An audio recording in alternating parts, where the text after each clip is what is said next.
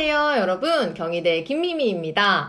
오늘은 여러분 우리 24년도 이사학번이 되기 위한 논술 공부법을 진짜 제대로 차근차근 말씀을 드리려고 이렇게 영상을 켰습니다. 학원을 다니거나 뭐 과외를 하는 친구도 분명히 있을 거고, 혹은 그냥 혼자 스스로 독학을 하는 친구도 분명히 있을 거예요. 어떤 방식이든 나한테 가장 잘 맞는 방식을 쓴다면 이사학번이 되는데 전혀 어려움이 없을 겁니다. 다만 선생님 같은 경우에도 처음에는 이제 논술을 딱 결심을 하고 학원을 가기는 갔어. 그때 당시에 이 학원 같은 경우에는 그냥 딱히 따로 뭐 수업이 있는 거는 절대 아니었고, 문제를 2시간 풀고 그리고 그걸 그냥 첨삭하는 방식으로 수업이 진행됐기 때문에 딱 1회 수업을 하고 그냥 나오게 됐습니다. 애초에 이제 수능 과목들도 독학을 하는 편이었기 때문에 논술 역시 독학을 통해서 하는 게 조금 더 나에게 도움이 되고 합격에 좀 더 가까워질 수 있겠다라고 생각을 해서 결심을 했던 거예요. 그래서 이런 거에 대해서 얘들아, 정답이랄 거는 따로 없기 때문에 여러분들이 학원을 다니든 혹은 다니지 않든 가장 효율적으로 공부할 수 있는 방법을 정확하게 알려드리기 위해서, 그리고 과연 논술에서 뭐가 제일 중요한지 이런 것들을 명확히 설명을 해드리기 위해서 이렇게 영상을 켜게 됐습니다. 이 공부법은 얘들아, 사실은 진짜 학원을 다니든 다니지 않든 전혀 상관없이 너희들이 똑같이 공부를 해서 연습을 해줘야 되는 그런 방법이고요. 우리 선생님이 맨날 말하는 것들 중에 하나가 논술이라는 거는 정말 무조건 암기 과목이다 라고 얘기를 했어. 그 이유는 얘들아, 진짜 너희가 한 해의 기출, 뭐 예를 들어 23년도 작년 기출을 학교별로 쫙 풀어본다면 나왔던 기출이 계속 나오네? 나왔던 어휘가 계속 나오네? 라는 거를 진짜 무조건 느끼게 될 거야. 그렇기 때문에 여러분, 우리 입시 논술은 그 수시든 편입이든 정말 상관없이 나오는 주제와 나오는 어휘들, 그리고 당연히 전개되는 방식 또한 매우 똑같이 출제가 됩니다. 그 주제가 뭐 A, B, C, D, E 매년 다를 수는 있어도 이 5개 A, B, C, D, E가 정말 번갈아 가면서 계속 나오게 된다는 거야. 그리고 거기에 더해서 뭐 예를 들어서 올해 A라는 주제가 굉장히 중요했다라고 한다면, 이 A라는 주제는 그 해당 학교에서만 중요한 게 아니라 전체 대학교에서 이런 주제가 마치 유행처럼 반복적으로 나오는 그런 시기가 있습니다. 그렇기 때문에 우리가 기본적으로 문제를 풀어 나가면서 이런 개념들과 대립 키워드들이 있구나, 그리고 이걸 전개하는 방식은 이렇게 있구나, 이런 것들을 진짜 스스로 정리할 수 있고요. 그리고 이걸 배움을 통해서 조금 더 한다면 스스로 하면서 깨닫는 시간보다는 훨씬 더 빠르게 효율적으로 공부할 수는 있겠죠. 어쨌든 진짜 3월부터 시작하는 요 시간을 잘 활용해서 최대한 문제를 많이 그리고 깊이 있게 풀어보는 게 중요합니다. 그래서 오늘 소개해드릴 이 루틴은요 여러분, 진짜 딱 5가지인데 이 5가지를 너희들이 정말 얼마나 제대로 하느냐에 따라서 정말 양과 상관없이 그 질적으로 너희들의 글 읽기 쓰기 실력을 높여주는 방식이 될 겁니다. 불필요한 것들을 싹 빼고 가장 중요하게 여러분들이 해야 할 포인트들만 명확하게 담았습니다. 얘들아, 이 루틴이 사실은 하나의 기출을 반복적으로 푸는 루틴일 거기 때문에 이거 내가 풀었던 거 또 풀어야 되나? 이거 이렇게까지 풀어야 되나? 라는 생각이 들 수도 있는데, 이 방식만큼 여러분들의 글쓰기 실력을 높일 수 있는 방법은 절대 없을 거야. 그리고 거기에 더해서 선생님이 이따가 얘기하게 될 뭐 모범답안 필사라든지 요런 포인트들은요, 선생님뿐만 아니라 진짜 학교 선생님, 학원 선생님, 어떤 논술 유튜브를 봐도 모두가 강조하는 부분이 될 거야. 근데 중요한 포인트는 뭐야? 대체 이거를 그럼 어떻게 공부하느냐? 이런 게 되겠죠. 모범답안 필사? 이게 뭐 하는 건데? 어떻게 해야 되는 건데? 이런 궁금증들이 있는 분들이 진짜 많을 거기 때문에 하나씩 잘 잡아가 보도록 하겠습니다. 자, 너무 당연하게도 해당 방식은요 여러분, 3월부터 시작하면은 진짜 좋고요. 뭐 언제든 여러분들이 시작하는 날이 가장 빠른 날이 될 거기 때문에 그 시기에 상관없이 해당 방식을 쭉 습관화하시는 게 너무나도 중요합니다. 우리의 목표는 주 1회 하나의 기출을 기출을 진짜 완벽하게 푸는 그런 연습을 할 거야. 여기서 완벽하게 푼다라는 거는 단순히 한 번 풀고 넘어가는 그런 양치기의 기출문제 풀이가 아니라 하나의 기출을 가지고 질적으로 제대로 풀 수 있는 방법을 잡아가게 될 겁니다. 그래서 일단 추천드리는 학교 기출 같은 경우에는 선생님이 맨날 말하는 경희대학교 기출, 그리고 또 좋은 게 숭실대학교 기출도 굉장히 좋고요. 거기에 더해서 성신여대 기출도 최근 논술의 동향을 잡아가는 데에 있어서 굉장히 도움이 많이 됩니다. 그 중에서도 경희대나 숭실대 같은 경우에는 얘들아 모범 답안도 그래도 체계적으로 정말 잘 나와 있어가지고 여러분들이 독학을 할 때 딱 내가 뭘 풀어야 될지 모르겠다라고 한다면 먼저 풀어보기에 정말 좋은 대학들입니다. 여기에 살짝 추가적인 정보를 좀 말씀드리자면 경희대학교는 얘들아 이런 말이 있어. 모범 답안보다 잘 써야 합격한다.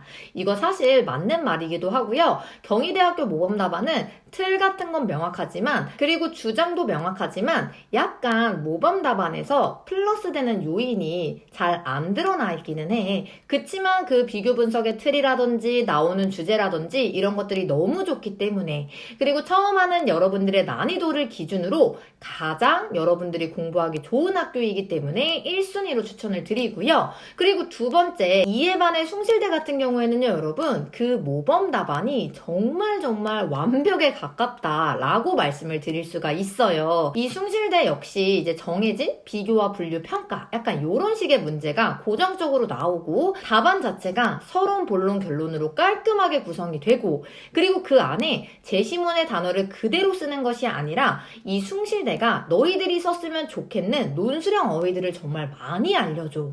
그래서 숭실대 역시 모범 답안이 진짜 좋기 때문에 풀어보시기에 좋습니다. 다만 숭실대 같은 경우에는 약간 난이도가 조금 어려울 때가 굉장히 많아요. 그렇기 때문에 우선은 우리 한 3월, 4월 동안은 경희대 기출을 조금 풀어봐주고 그리고 그 이후에 숭실대로 넘어가게 되면 조금 더 이해하기가 좋을 겁니다. 그래서 얘들아 우리는 일주일에 하나씩 기출문제를 풀어나가게 될 거고 요것을 효율적으로 풀기 위한 첫 번째 방법으로 반드시 첫 기출은 실전 문제처럼 문제를 풀어나가게 될 겁니다. 자, 실전처럼 문제를 푼다라는 거는 당연히 시험지, 내가 처음 보는 시험지여야 되겠지. 그 처음 보는 시험지와 그리고 우리 문방구에서 언제든지 구매할 수 있는 1000자 혹은 1200자짜리 원고지를 가지고 정해진 시간만큼 정확하게 문제를 읽고 답으로 옮기는 그 문제풀이를 시작을 하는 거예요. 이거는 정말 너무 중요한 게 사실 우리가 논술 공부를 계속 하면서 아이들이 나중에는 뭐 틀이라든지 어휘라든지 이런 것들을 쉽게 익혀. 근데 아이들이 나중에 가서 어렵게 생각하는 부분이 뭐냐면 바로 이 시간과 분량 조절입니다. 내가 진짜 개념들도 많이 알고 있고 어휘도 많이 알고 있고 요런 상태인데 시간 내에 못 쓰는 친구들이 너무 많아지는 거야. 그거 왜 그럴까? 애초에 연습을 정말 많은 시간을 갖고 하기 때문이에요. 얘들아, 모의고사를 공부할 때도 우리는 시간을 정해서 연습을 하는 게 먼저지. 논술도 이거 글 쓰고 읽는 거는 나의 습관이기 때문에 정해진 시간 동안 글을 읽는 거 그리고 정해진 시간 동안 글을 쓰는 거 이 역시 모두 습관입니다. 우리 글은 내가 천천히 읽자고 하면은 천천히 읽히고 빠르게 읽고자 하면 빠르게 읽히게 돼요. 그렇기 때문에 여러분들은 뭐 대체로 평균적으로 2시간이죠. 그쵸? 학교마다 물론 다른 곳도 있지만 평균이 2시간을 기준으로 모든 기출문제를 처음 풀 때는 시간을 재고 문제를 풀 겁니다. 이게 처음부터 연습이 되지 않으면 얘들아 그리고 개념을 위주로 처음에 공부하는 친구들 같은 경우에는 나중에 이 하나의 기출을 온전히 푸는데 조금 어려움을 느끼게 될 수밖에 없어. 그렇기 때문에 우리는 항상 첫 번째 기출 문제는 시간을 반드시 재고 그 시간에 맞춰서 풀게 될 겁니다. 물론 이 과정에서 내가 선생님 문제를 푸는데 너무 모르겠어서 1시간이면 끝난다. 다 채우지 못하고 끝난다. 이거 초창기 때는 너무나 자연스럽게 있는 현상이기 때문에 일단은 선생님 말은 최선을 다해서 진짜 시험인 것처럼 풀어보라고 얘기를 하는 거야.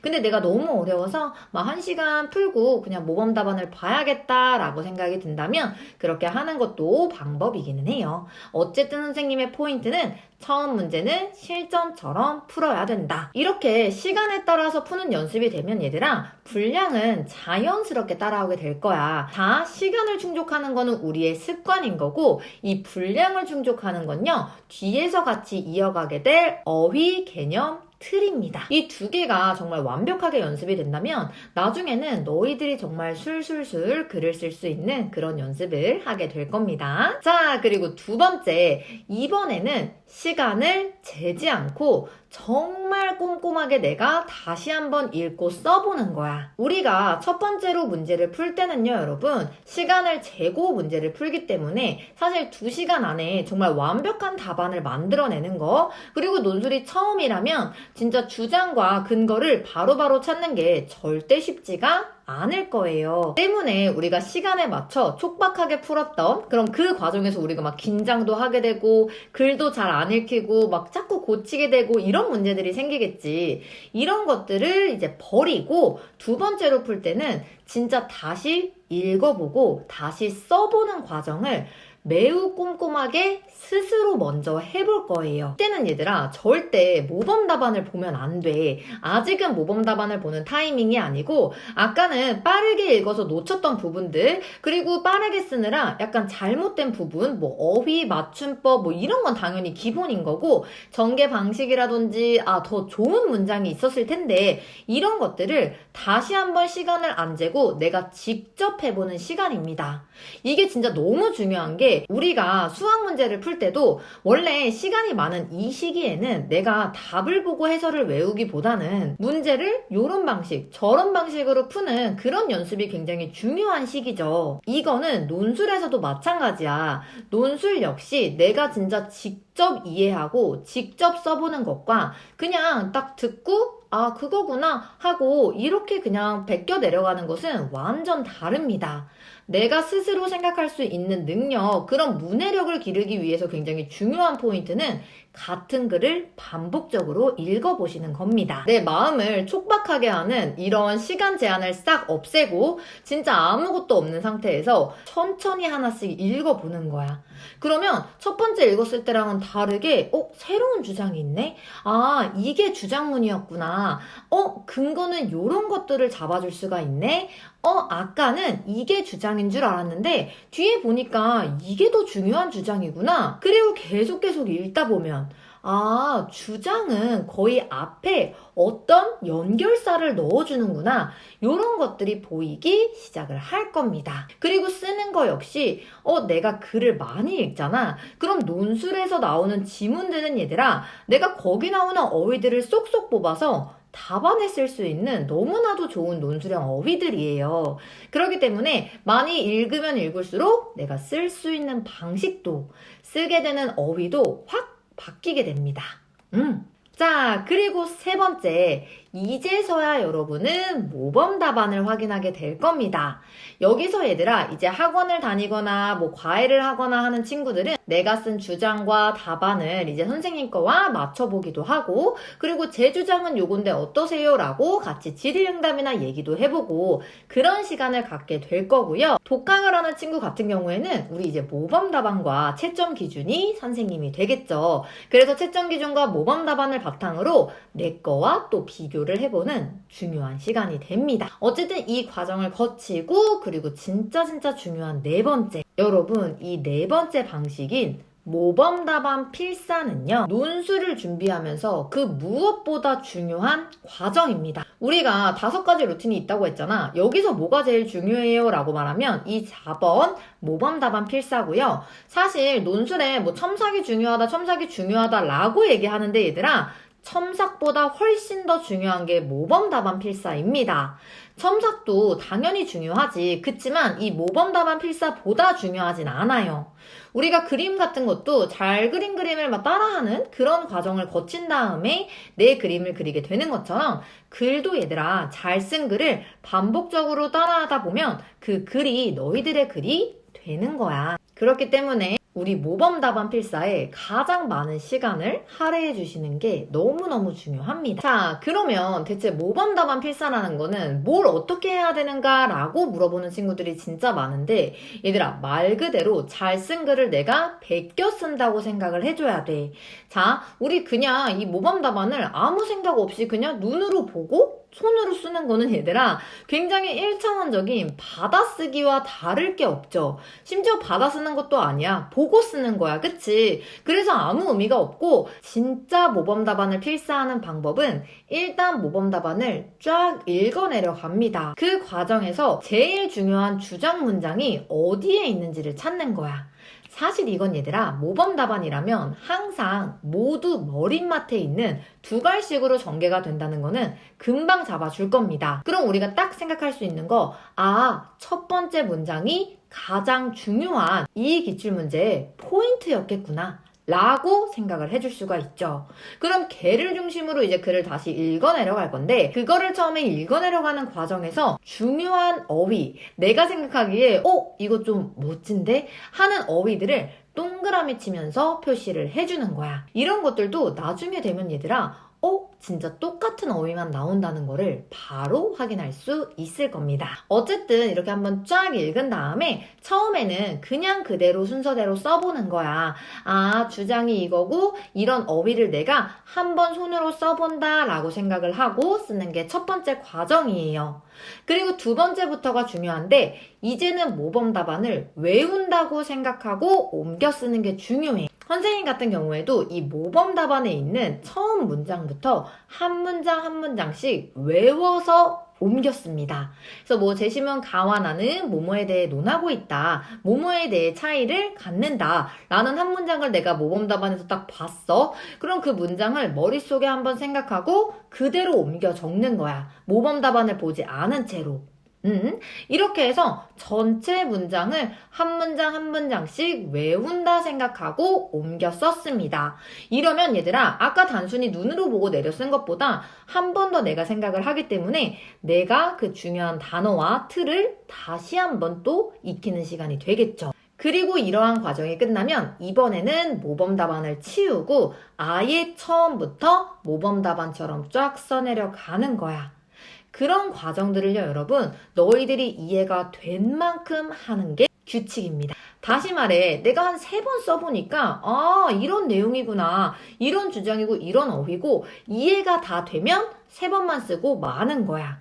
근데 만약에 내가 5번을 썼는데도 좀 이해가 잘 안 돼, 손에 막 와닿지가 않고 잘 안 외워져, 그러면 이해가 될 때까지 쓰는 겁니다. 얘들아, 너네가 1, 2, 3번을 다 어렵게 느낄 수 있어. 시간을 재고 풀든 재고 풀지 않든 다 어려울 수 있어. 그럴 경우에 일단 시도는 해보되, 그래도 안 되면 바로 모범 답안으로 넘어와서 계속 따라 쓰는 것도 너무나도 중요한 방법입니다. 선생님이 딱 학생들 거를 첨삭하면서 느껴요. 얘 공부 좀 했다. 얘 글 좀 많이 썼다. 모범 답안 필사 많이 했고 제작성 많이 했다. 이런 것들이 그래서 진짜 명확하게 드러나게 됩니다. 그 시기가 처음엔 어렵지만 2-3달 지나잖아? 그럼 정말 확연한 차이가 드러나기 때문에 너희들이 애초에 논술을 공부하는 습관을 제대로 잡으시는 게 중요하다라는 거 기억을 해주시면 돼요. 그리고 이 대망의 모범 답안 필사가 끝났다면 우리 마지막 5단계인 제작성을 하게 될 겁니다. 자, 제작성이라는 거는 사실 모범 답안을 썼던 것과 굉장히 비슷해. 전체를 안 보고 내가 스스로 다시 외워서 써보는 거였죠. 마찬가지로 제작성 할 때는 얘들아, 아예 새로운 시험지 있잖아. 똑같은 기출문제인데 새롭게 프린트를 해가지고 지문 분석을 가지고 다시 한번 내가 제작성을 해보는 거야.